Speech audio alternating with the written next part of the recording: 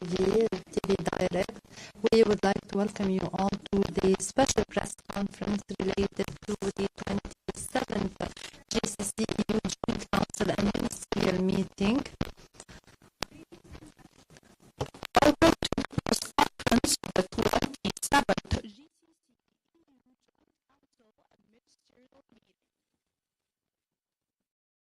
It's our pleasure to invite His Excellency Sayyid bin Hamad al-Musaidi, the forum.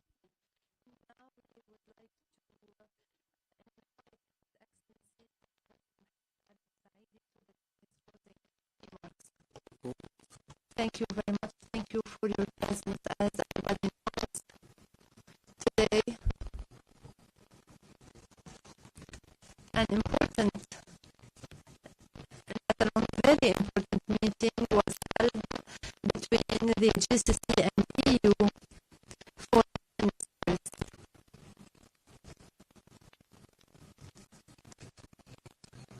This meeting was preceded by a number of preparations that took months and months. However,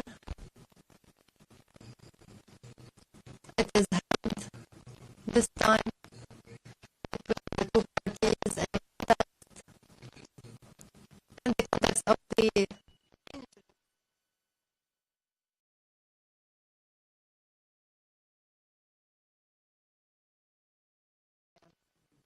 believe that we need to say that everybody understands and realizes that the only way and the best way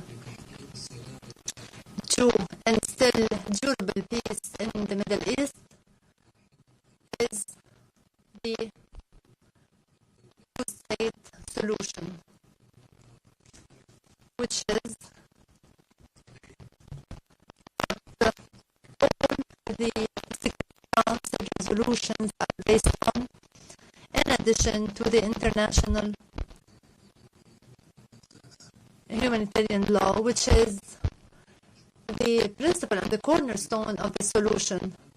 The GCC and the EU have agreed on the importance of self-restraint regarding the events unfolding currently and the importance of de-escalating,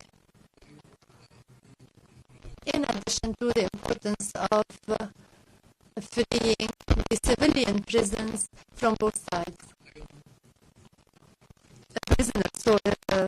Releasing the prisoners. The parties have also agreed that it is necessary to tackle the Palestinian cause through durable peace and justice.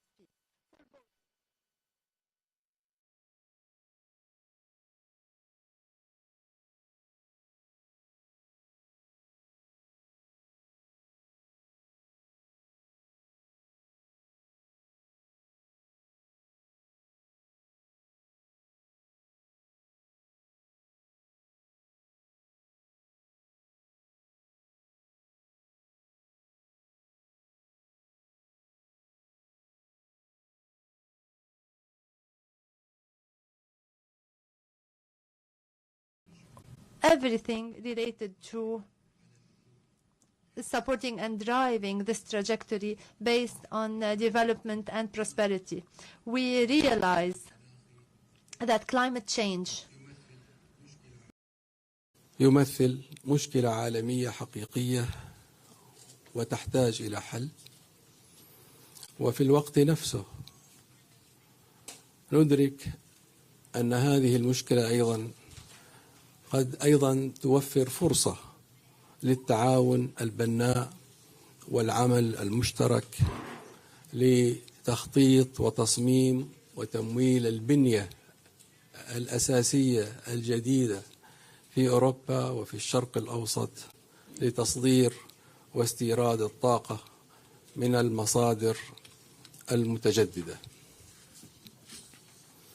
سنواصل لا شك العمل والتعاون معا لمعالجة قضايا كثيرة غير بالإضافة إلى قضايا المناخ، تتعلق بالسلم والأمن الدوليين في العالم ومكافحة الفقر ودعم برامج التنمية وتحقيق الاستقرار والأمن حيثما كان ذلك ممكنا.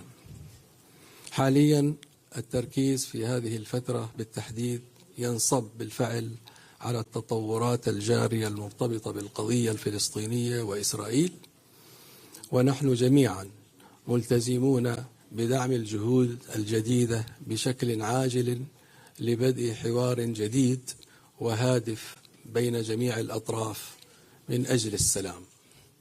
شكرا على حسن استماعكم وعلى حضوركم، وأعطي الآن الكلمة لزميلي الدكتور بوريل للتفضل بإلقاء كلمته.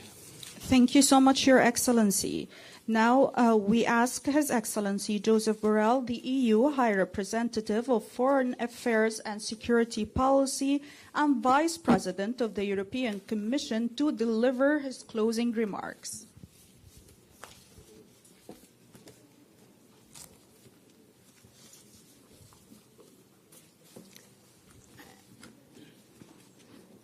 Thank you, Minister. Thank you to Secretary General. And thank you to all of you for your attention. It was 8 years since the last meeting of the European Union and the Gulf Cooperation Council and its member states. 8 years is a lot of time. This meeting was long due.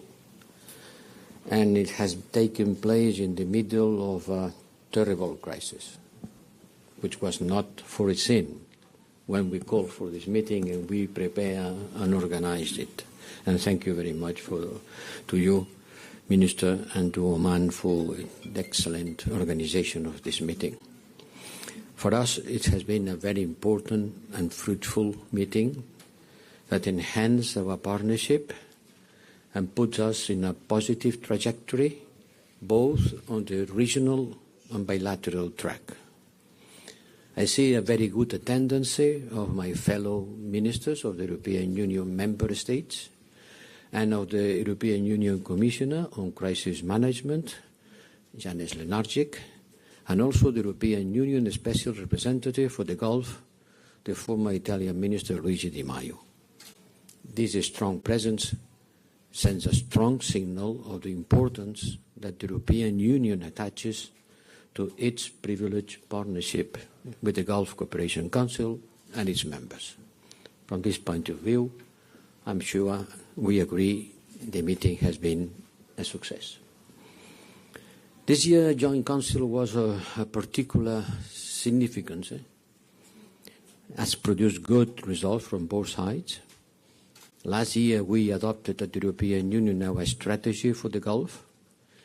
At a time where the evolving dynamics in the world geopolitics makes us to need both each other a stronger partnership to address our common challenges.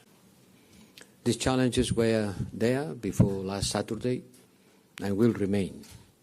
But last Saturday marked a terrible crisis for the Middle East and for the Gulf. There has been tragic moments in the history of the Middle East.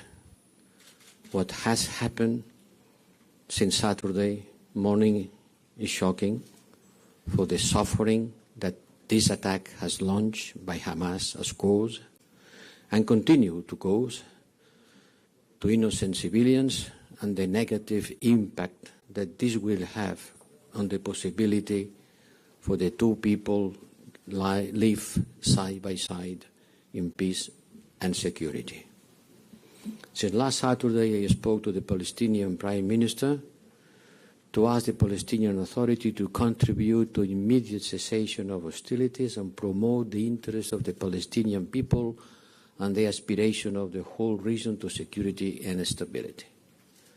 I also spoke to the Israeli Foreign Minister Eli Cohen to express the solidarity of the European Union in front of these terrible terrorist attacks, our strong condemnation of violence and terror, and express the need to respect international humanitarian law and to prevent more civilians' lives being lost.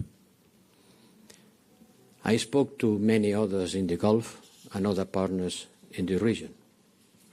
And today we agreed that the priority is to cease violence and to prevent further regional escalation.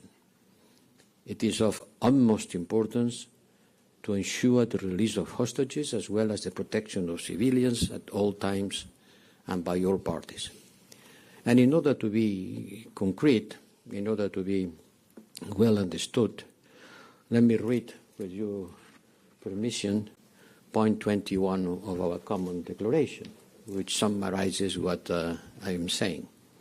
The Joint Council expressed deep concern about the grave development in Israel and Gaza and condemned all attacks against civilians. It called for the protection of civilians, reminding the parties' obligation under the universal principle of international humanitarian law. It further called for restraint, the release of hostages, and allowing access to food, water, and medicines according with international humanitarian law, and stressed the urgent need for a political solution to the crisis to avoid repeating this vicious cycle of violence in the future as it has happened in the past. The European Union and the Gulf Cooperation Council ministers are resolved to deplore violence and urge restraint and calm on all sides, and agreed to continue consultations and to remain engaged. The Council supports the initiative taken by Saudi Arabia, the European Union, the League of Arab States, together with Egypt and Jordan, to revive the Middle East peace process. We reiterated our commitment to a two-state solution because it's the only solution. We don't know any other else, based in 1977 lines in accordance with Arab Peace Initiative and relevant United Nations resolutions. They stressed the importance of sustained financial support for UNRWA and to continue the humanitarian and development support for the Palestinians in the occupied territories. This is the result of a long and intense engagement and discussion and frank and open exchange among us. Then there are other issues to which we have been engaged in discussion. I want to stress the importance that we continue giving to the two-state solutions, but at the same time there are other crises in the world. We talk about, not less dangerous, we talk about the aggressions against Ukraine, that has unleashed a spiral of violence and devastation. We talk about the situation in Yemen and Sudan that are destabilizing the region as a few examples of the challenges we are called to address together. The latest drone attack on a military camp at the Kingdom of Saudi Arabia and Yemen border that has killed 3 Bahrain soldiers, for which I extend our condolences, and the continuous contentious decision taken by the Iraqi court vis-à-vis Kuwait indicate that continuous efforts are imperative for ensuring peace and stability in the region. We want the European Union, together with you, dear friends and colleagues from the Council cooperation, to reaffirm our mutual strong interest in a strategic partnership in order to be able to develop maritime security, to face cyber threats, disaster preparedness, and counter-terrorism. And we welcome the today official launching of a security dialogue and high-level forum for regional security that will take place in Riyadh at the beginning of next year. We discuss about the humanitarian needs worldwide, how to increase and strengthen our cooperation to reinforce the quality, quantity, and effectiveness of our humanitarian assistance. Our trade relations remain a key shared interest. We need to increase them in order to stimulate business cooperation. We also discuss about the India, Middle East, Europe Economic Corridor, launched by the G20, that promises a tremendous opportunity for growth, job creation, and shared prosperity. how not. We discussed about climate change and green transition that will be addressed on the COP28, where we will be working in cooperation. And finally, we reiterated the importance of fostering people-to-people contacts as the only effective means to promote inclusive societies founded on mutual understanding and respect for diversity, fighting against any kind of hate, and founded in mutual respect for diversity from the point of view of religions, ethnicity, and whoever differences are among human beings, because at the end we remain, all of us, human beings. Thank you. Thank you so much, Your Excellency. And now His Excellency Jassim Mohammed Al-Budawi, Secretary General of the Cooperation Council for the Arab States of the Gulf, will deliver his closing remarks. شكرا جزيلا. أود في البداية أن أتقدم بخالص الشكر إلى سلطنة عمان حكومة وسلطانا وحكومة وشعبا على حفاوة استقبال وترتيب هذا المؤتمر الهام.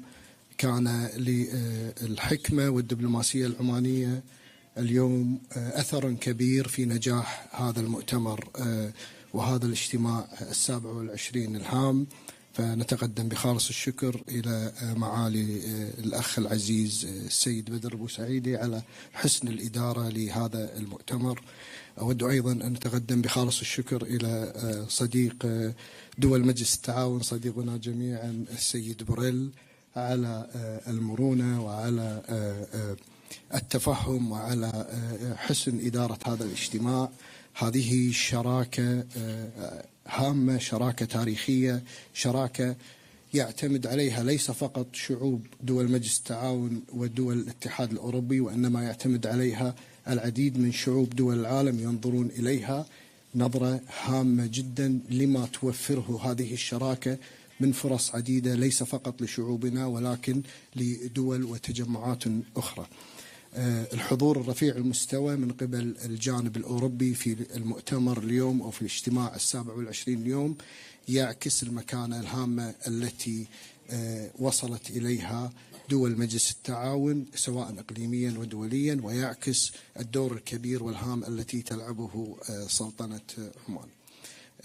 قبل أن أستعرض أبرز نتائج هذا الاجتماع، أود أن أشير إلى النقطة 21 من البيان المشترك الصادر والذي تطرق إليه السيد بوريل قبل قليل، وأؤكد بأن دول مجلس التعاون مجتمعة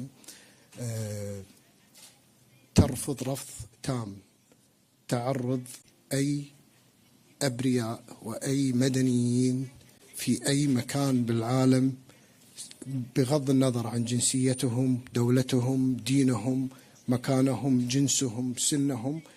مبدأ التعرض للمدنيين هو مبدأ مرفوض رفضا كبيرا من كافة دول مجلس التعاون، ونحن نأمل بأن يتم التوصل إلى حل سريع وحل شامل للقضية الفلسطينية حتى يتمكن الشعب الفلسطيني من العيش بأمن وسلام بموجب حل الدولتين وبموجب الاتفاقيات الدولية وبموجب قرارات مجلس الأمن. فيما يخص نتائج اجتماع اليوم، كانت فرصة مؤاتية لنا جميعا للتباحث حول المواضيع ذات الاهتمام المشترك، سواء المواضيع والملفات الإقليمية والدولية والأخرى المتعلقة بالتعاون الخليجي الأوروبي. أعتقد معالي السيد بدر والسيد بوريل تطرقوا للملفات الإقليمية والدولية. أود أن أركز بشكل كبير على المواضيع التي تم التطرق إليها والإشارة إليها فيما يخص التعاون المشترك الأوروبي الخليجي. تحدثنا عن تعزيز التعاون الاقتصادي ورفع مستويات التبادل التجاري والاستثماري. تحدثنا عن التعاون في مجال تنسيق المساعدات الإنسانية. تحدثنا عن مواضيع تتعلق في سبل التعاون في مجال مكافحة الإرهاب والأمن السيبراني، تحدثنا حول الطاقة وضمان وأمن الطاقة، التغير المناخي، التعاون في مجال الصحة، تحدثنا أيضا حول مواضيع تتعلق بالتعليم والبحث العلمي والابتكار، التحول الرقمي والحكومة الإلكترونية. تم أيضا الاتفاق بشكل مبدئي على عقد منتدى إقليمي حول الحوار الأمني والتعاون خلال المستقبل القريب. هذا يعني نحن نأمل أن يكون هذا المنتدى يعني أداة تستخدم لنتبادل فيها وجهات النظر حول ما يمكن أن نقدمه لضمان أمن والسلم الإقليمي والدولي بشكل عام. في الختام أود أن أكرر شكري وتقديري وتقدير الأمانة العامة لمجلس التعاون لحكومة سلطنة عمان.